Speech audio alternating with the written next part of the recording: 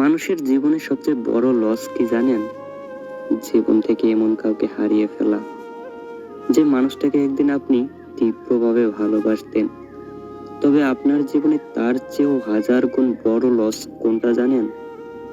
জীবন থেকে এমন কাউকে হারিয়ে ফেলা, যে মানুষটা আপনাকে নিখুঁতভাবে ভালোবাসতো।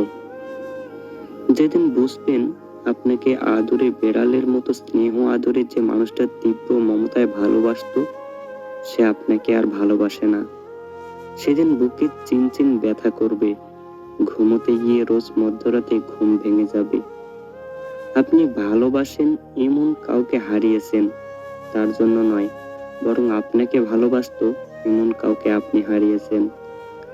এই আফসোসে আপনি সেদিন কাতরাবেন।